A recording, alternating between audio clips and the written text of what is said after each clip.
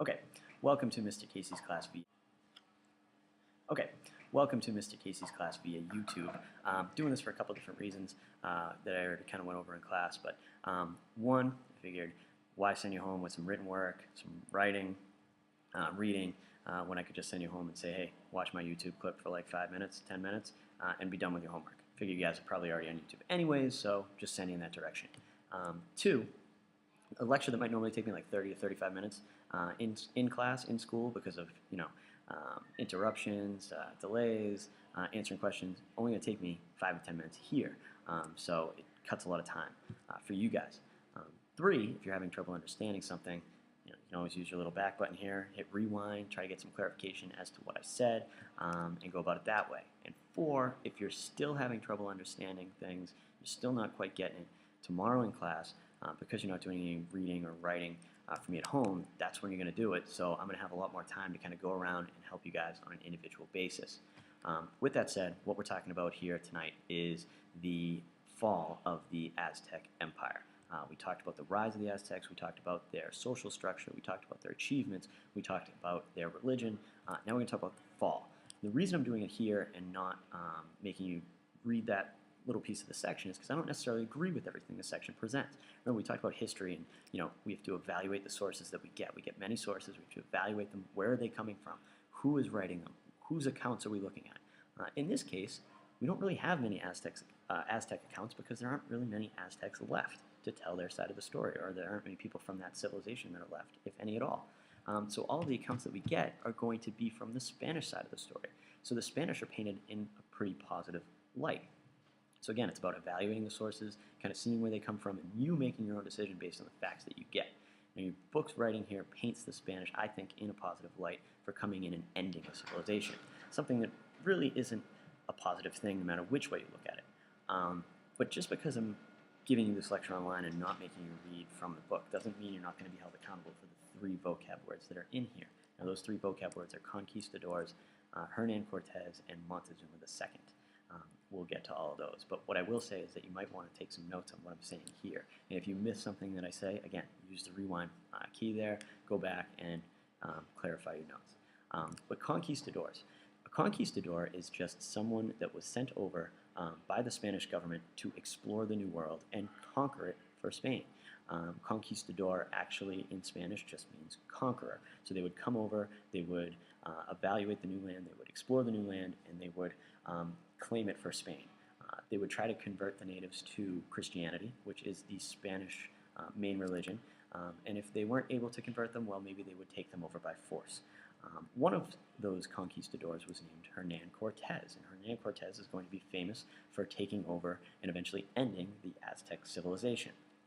Now, before he gets to the city of Tenochtitlan, he is going to take over many smaller cities on his way there. He's going to have a trail from the coast of modern-day Mexico all the way into Tenochtitlan, and he is going to take them over. Now, some of them he's able to convert to Christianity, and he takes them over peacefully. Some of them he's not, and he goes to war with them, and he kills many of them. One of the tribes that was a rival of the Aztecs did join with Hernan Cortez to try to take down the Aztecs. Now, Hernan Cortez is going to try to meet with the king of the Aztecs, who is Montezuma II. Now, your book is going to try to tell you guys that Montezuma II welcomes him in because he thinks that he is a god. This is probably not true. When we go back in history now, we're finding that Montezuma did let him through the gates eventually, but not before a couple of times turning him down. Now, the reason that we think that, or that your book writes that Hernan Cortez was thought of as God, because that account comes directly from Hernan Cortez himself. Montezuma does eventually welcome Hernan Cortez in, and he does give them all this gold. So Hernan Cortez writes back to the King of Spain, Charles V, and says they believe that I am a god. That's the only account we have of Montezuma believing that. So again, what side of the story are we getting? We got to evaluate these sources. Now, before Montezuma welcomes Cortez and his army into the city gates, Cortez is going to go to the city of Cholula, which is the 2nd largest city in Mexico, and is showing as a sign of force and a sign of strength. Cortez is going to murder just about everybody in this city. It is this time that Montezuma says, okay, now you can come into my city gates. He does so not because he thinks he's a god, but because he wants to see what Cortez has. He wants to see what he's dealing with. He wants to find out what his weaknesses are, so maybe he can defeat him with his army. Now Cortez comes in. Montezuma showers him with wealth to try to make him feel comfortable. And while in there, Cortez will hear of a murder of Spanish soldiers near the coast of Mexico by Aztec soldiers or Aztec warriors.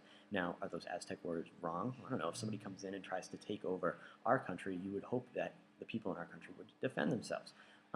Nevertheless, Cortez then takes Montezuma capture within the city gates of Tenochtitlan, and he begins ruling the city through Montezuma himself. Now, while in the city, it says that the Mexicans will defeat Cortez and they're sent running. Again, not probably what actually happened. Cortez is actually going to be kind of on the run a little bit himself.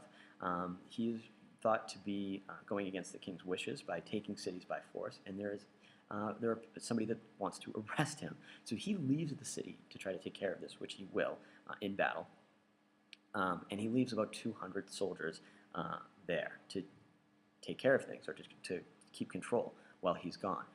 While he's gone, these Spanish soldiers commit what's called the massacre at the temple, at the main temple, where they massacre many, many Aztecs, civilians, soldiers, warriors.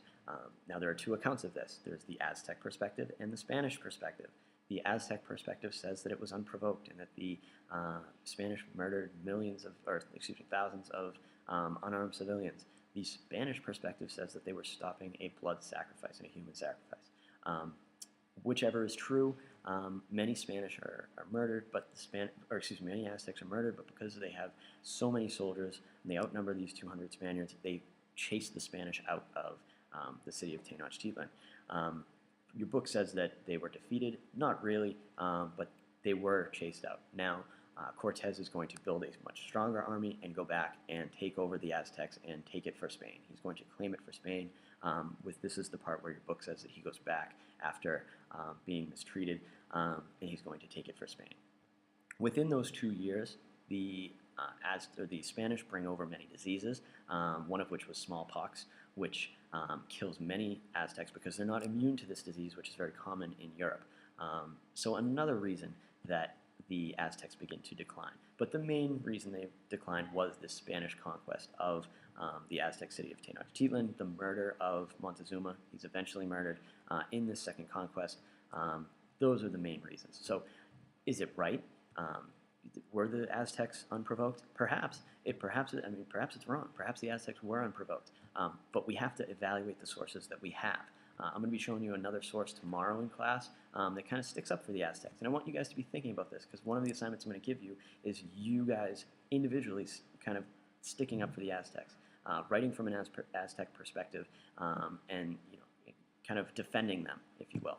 I want to read the last sentence in your book here. It says, "Their once mighty empire came to a swift end."